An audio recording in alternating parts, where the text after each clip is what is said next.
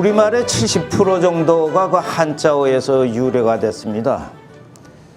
또 도서관에 있는 책들의 한 90% 정도가 그 한자어에서 유래됐습니다.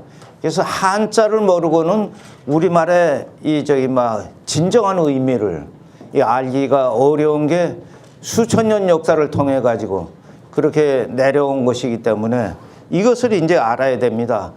예컨대 대한민국은 민주공화국이다. 이 헌법 1조에 있어요. 그러면 대한민국이라는 말, 또 민주공화국이라는 말, 이런 것이 전부 다 한자입니다. 그러니까 토시만 빼놓고 가령 헌법 제3조에 대한민국의 영토는 한반도와 그 부속 도서로 한다. 이 토시만 빼놓고서는 전부 다 한자어에서 유래가 된 겁니다. 따라서 이 한자를 몰라가지고는 우리가 제대로 학문하기도 힘들고 우리말에 진짜 품이 있고 고상하고 그 뜻을 제대로 알고 쓰기가 힘들다 이겁니다. 저는 아주 등산을 좋아해요.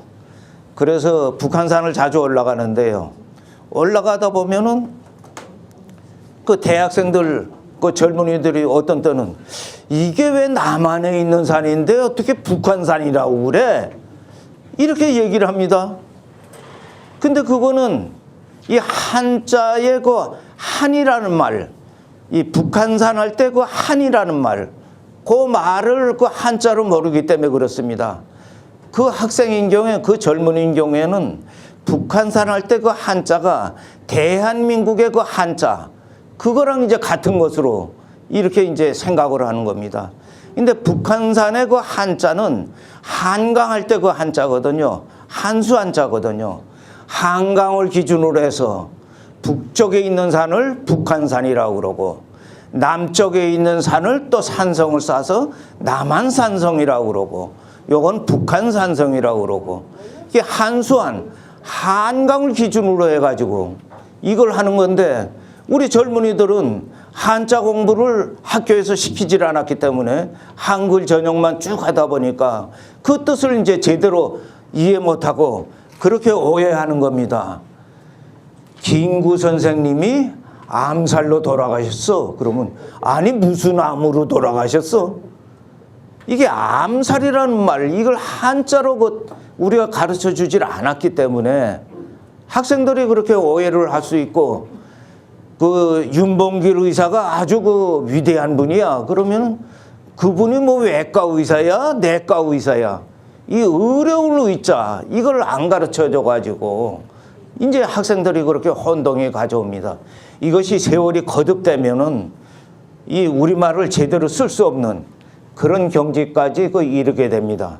그래서 우리말을 보다 아름답고 또 정확하게 쓰기 위해서는 이 한자의 이 터득이 필요하다. 이 황당무계하다 또는 야단법석이다. 야단법석이라는 말도 그 들야자입니다. 들에다가 단을 쌓고 그 다음에 법석, 부처님 말씀을 법하는 그런 자리를 마련하는 것을 야단법석이라고 그럽니다. 예수님이건 부처님이건 옛날에 그런 성전이 없었어요. 그럴 적에는 들이고 산이고 거기에서 이제 그 민중들을 가르쳤습니다. 그랬을 때 사람이 이렇게 많이 올 적에는 결국은 들에다가 이 단을 쌓고 그 위에다 자리를 마련하고 그 위에서 말씀을 하는 겁니다. 사람이 많으니까 야단법석 하면 사람이 뒷골고 있는 것을 야단법석이라고 우리가 그러고 흥청망청도 마찬가지입니다. 그것이 전부 다 한자어에서 유래가 됐습니다. 천안을 가면은 천안의 명물 호도 가자요 이럴 때고 호도라는 말, 이것도 그 호도라는 것이 오랑캐 호자에다가 그 다음에 복숭아 도자입니다. 유청신이라는 사람이 청나라로 가가지고 그 오랑캐들이 어떻게 나무에서 이렇게 그 열매를 이렇게 열매 떨어진 걸 이렇게 따서 그 껍질을 벗기니까 단단한 게 나오는데 그걸 또 깨니까 그 안에 그 살이 들어가 있는데 그걸 먹으니까 고소하고 이게 이제 호도, 오랑캐의 복숭아다. 그래서 호도라고 그랬는데 유청신이 그 호도나무를 가지고 와가지고 어디다 심었냐? 천안의 그 광덕산, 그 밑에 광덕사라는 절이 있고 그 삼거리가 있는데 거기에 그 광덕산 그 밑에다가 그 호도나무를 심었어요. 그래서 천안의 광덕면에 그 호도나무가 있습니다. 지금도 천연기념물로 거기 있어요. 거기에 또 비가 이렇게 써 있고 유청신이 공적비가 또 이렇게 있고 제가 가봤어요. 그러면 호도나무 그거는 천안에서 처음 그 문익점이 결국은 목화씨를 갖다가 저 산청 땅에 이렇게 그 처음 심듯이 그 손자가 물레라는 손자가 있었는데 손자 역시 할아버지를 따라 가지고서는 목화씨를 까는 그 물레를 이렇게 돌리는 물레를 발명을 해가지고 그게 물레가 된 거예요. 우리가 이렇게 목화씨 그 줄을 뽑는 게. 그래서 천안의 명물 호도과자 할 때는 천안 땅에 처음으로 유청신이가 거기에 호도나무를 심었다 하는 유래를 우리가 호도라는 말, 그런 말도 정확하게 한자에서 유래된 것을 알면은 천안 이렇게 지나다가 호도과자 사가지고 먹을 적에도 아하 요게 유청신이 호도지 그래서 요게 맛이 있지 하면서 더 맛있게 먹을 수가 있지 않겠습니까? 그러니까 이 한자나 한문 해석을 하면은 그러면은 우리말을 보다 정확하게 또 그 뜻을 아주 그 아름답게 이렇게 새길 수가 있다 이렇게 됩니다. 제가 그 3개월 과정으로 해서 요걸 가르치는데요. 지난번에 그 1, 2, 3, 4기 하니까 무조건 한문 해석에 이렇게 들어가니까 그게 조금 그 저거에 대해 기초적인 한자를 알아야 되는데 그 한문 해석에 들어가니까 그래서 여기부터는 일단 한자를 좀 가르쳐 드리고 아예 천자문뿐이 모른다 하는 이런 가정하에 물론 여기서 뭐 한자 등급 따신 분도 있고 뭐 여러 가지로 그 이 한문의 그 조예가 깊은 분도 이제 많이 있습니다만은 이 가르치는 사람 입장으로서는 아예 처음부터 백지 상태에서 이렇게 가르친다 이렇게 하는 것이 오히려 속 편하기 때문에 이 첫째 시간에는 이 한자를 좀 습득시켜 드리고 그 다음에 둘째 시간에는 그러면 이 한자로 구성된 문장을 어떻게 해석해야 되냐 그 문장 해석하는 방법 이런 식으로 3개월간 진행하겠습니다. 무조건 문장 해석으로 들어가니까 아니 내가 이 기초가 든든하지 못한데 이게 자꾸만 이렇게 하니까 쫓아오지 못하는 분도 없지 않아 있으면 안 되기 때문에 그러기 때문에 한자부터 일단 좀 기초 한자부터 일단 좀 이렇게 제가 설명해 드리고 그 다음에 다음 시간에 제가 이 한문 해석에 들어가도록 하겠습니다. 그 한문 해석할 때는 마침 우리 연합회장님하고 어도 위원장님께서 오늘 이렇게 공부 열심히 하는 학생들을 위해서 또 뭐 여러 가지 먹거리를 장만했으니까 그건 휴식 시간에 드릴 테니까 일단 이 한자 공부부터 우선 하자고요. 그래서 제가 요걸 썼습니다. 제가 이 유인물을 드렸을 거예요. 유인물 다 가지고 계시죠? 그걸 보시면 돼요. 우선 요 20개를 익히고 그 다음에 10개가 있습니다. 이 사자성어 이거는 인격 수양에 관한 것 그것만을 제가 뽑아서 30개를 추려서 이렇게 드린 겁니다. 사자성어라고 해서 가나다 순으로 계속해 하면은 별로 재미가 없기 때문에 아예 인격 수양 또는 친후관계 또는 인생관계 고달픔 또 사람의 미움과 고움 뭐 이런 식으로 제가 그 뜻편으로 해가지고서는 이렇게 30개씩 제가 이게 묶어봤습니다. 그래서 이 30개씩 해가지고서는 한 300개 정도 이렇게 하면은 그래도 한자를 여러 가지를 알 수가 있게끔 제가 나름대로 그렇게 구성을 했어요. 그래서 처음부터 말씀드리겠습니다. 요거 소나무 송자입니다. 요거 나무목에 이제 공자를 썼어요. 나무 중에 그래도 벼슬 할 수 있는 나무 그거는 소나무다 해서 소나무 송자입니다. 이게 벼슬 공자를 이게 붙인 게 소나무가 항상 푸르고 이렇게 그 떳떳하기 때문에 요건 벼슬을 줘야 되겠다. 물론 정이품 소나무도 있고 뭐 있습니다만 하여튼 나무 중에 아주 그 벼슬 줄 수 있는 그런 나무다 해서 소나무 송. 그다음에 백. 요거는 잣나무, 측백나무. 요걸 백이라고 그럽니다. 요 백에 그 흰 백자를 붙이기도 하고 백자를 이렇게 붙여도 관계없어요. 여기다 이렇게 하나 이렇게 넣어도 관계없습니다. 예, 송백의 지조다. 이건 절개조자입니다. 송백의 그런 지조다. 예, 송백의 지조다. 송백의 절개다. 송백의 절개는 아무도 꺾을 수 없는 떳떳한 그 기상을 송백의 지조라고 그럽니다.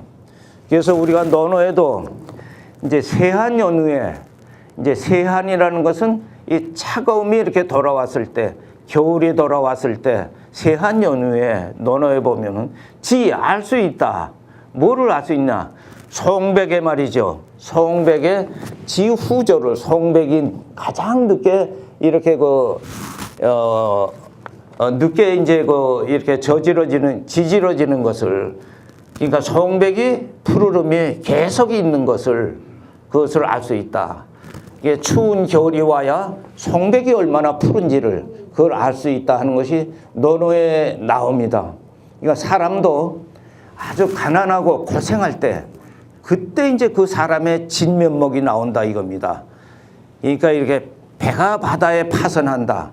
그랬을 때 그 사람이 그 돛담배 하나에 있는 거, 구명정 있는 거에 다른 사람을 태우는 그런 희생정신을 가진 사람과 다 밀쳐내고 자기만 들어가려는 사람하고, 가장 추울 때, 또 가장 가난할 때, 가장 어려울 때, 그때 이제 사람의 진면목이 나오고 사람의 나무의 그 진면목이 나온다. 이렇게 보겠습니다. 친구 관계도 그렇습니다.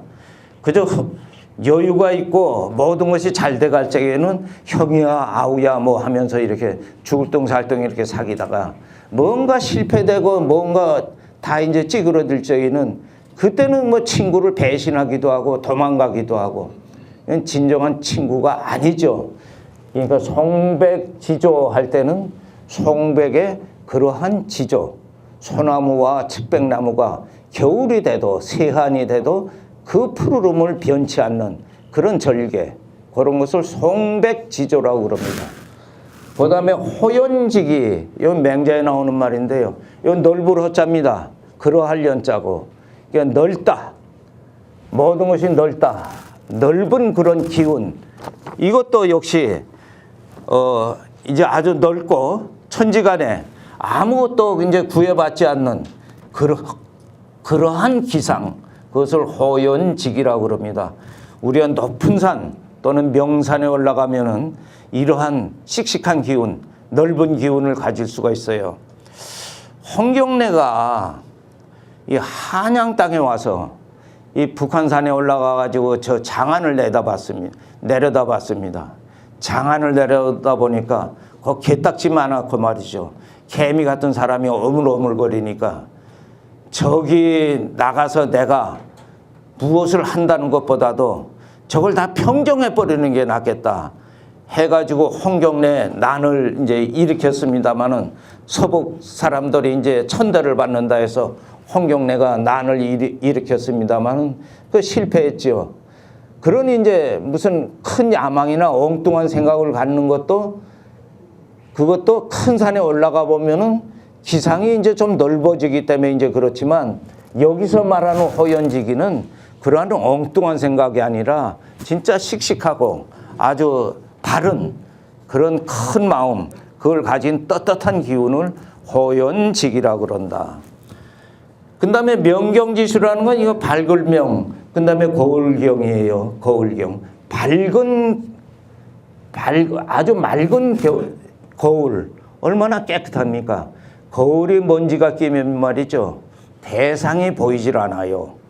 그러니까 맑은 거울이고, 이 지수라는 것은 이 그칠 지자의 물수자입니다. 그러면 물이 그쳐 있다 하는 것은 물이 잔잔하게 있다, 머물러 있다. 그러면 우리가 흐르는 물에는 우리 얼굴을 비춰볼 수가 없어요. 근데 이렇게 고요히 잠겨 있는 물에는 얼굴을 비춰보면 얼굴이 나와요. 그러니까 명경지수라는 것은 이렇게 맑고 담담한 그런 마음, 그런 것을 명경지수라고 그럽니다. 우리가 어떤 돌을 닦거나, 이건 장자의 말에 나오는 말인데요. 어떤 돌을 닦거나 그럴 적에는 이 명경지수, 이런 마음을 가져야 된다 하는 겁니다. 그 다음에 오상고절이다 할 때, 이 오자는 거만할 오자입니다. 오라는 것은 거만할 오자고요. 그 다음에 이 상자는 서리상자입니다. 서리가 있음에도 굴치 않는다, 거만하다, 떳떳하다. 그게 오상입니다. 외로울 고자입니다. 이 절개절자입니다. 마디절이라고 하기도 해요. 여기서는 절개절. 그러니까 서리가 빗발침에도, 서리가 내림에도 불구하고 굴지 않고 외로이 그 절개를 지키는 것, 오상고절이다. 오상고절은 우리가 나무로는 국화를 말하죠. 국화를 오상고절이라고 그럽니다. 국화를. 그러니까 국화야, 너는 너희 3월 동풍, 동풍이라는 건 봄바람입니다. 국화야, 너는 너희 3월 동풍 다 보내고 낙목 한천에, 낙목이라는 건 이파리가 떨어진 나무, 그것을 낙목이라고 그럽니다. 낙목 한천에, 한천이라는 찰한자에 이 하늘천자입니다. 낙목 한천이라는 건 나무 이파리가 다 떨어진 그 겨울철에, 낙목 한천에, 차가운 겨울철에 너 홀로 피었으니 너 혼자 국화야, 서리가 내림에도 불구하고 낙목 한천에 너 홀로 피었으니 말이지. 아마도 오상고절은 진짜 서리가 있음에도 불구하고 그때 그 시조에서 고자는 높을 고자를 써요. 여기서는 이제 사자성어에서는 외로울 고자 쓰는데요. 아마도 오상고절은 너뿐인가 하노라 했을 때, 오상고절은 이 서리가 있음에도 무릅쓰고 아주 높은 절개를 지키는, 그런 이 절개를 지키는 꽃은, 나무는 국화 너뿐인가 하노라. 이게 예전에 그 조선조의 그 이정보라는 이 정승을 지낸, 예저판서를 지낸 사람이 이런 시를 읊었어요. 오상고절은 너뿐인가 하노라. 그 3월 동풍 다 보내고 말이지, 춘삼월 다 보내고 그때 피질 않고, 그때는 다른 꽃들 다 피는데 이 서리가 내릴 때 피는 국화를 보고 오상고절은 너뿐인가 하노라. 그러니까 요 국화라든지 요 소나무라든지 이런 것은 다 이 아주 선비의 기질을 나타내는, 이 솔도 마찬가지죠. 이 선비의 기질을 나타내는 겁니다. 옛날에 조선조에 아주 이 고상한 황진이도 있고 또 솔이라는 그 기생이 있었어요. 그 기생이 시문에 능한데 이 소나무를 가지고 솔이라 하니, 이 자기 그 기생의 명칭이 그 솔인데, 솔이의 솔이라 하니 무슨 솔로 여기는다. 천심절벽에 낙낙장성이 기로다. 길 아래 가는 초동의 점낫이야 걸어무사 말이요. 그런 초동을 나는 대하지도 않는다.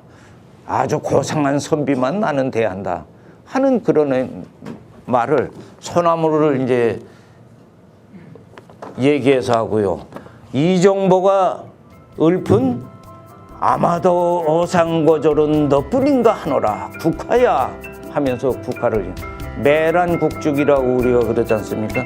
그 오상고절이다.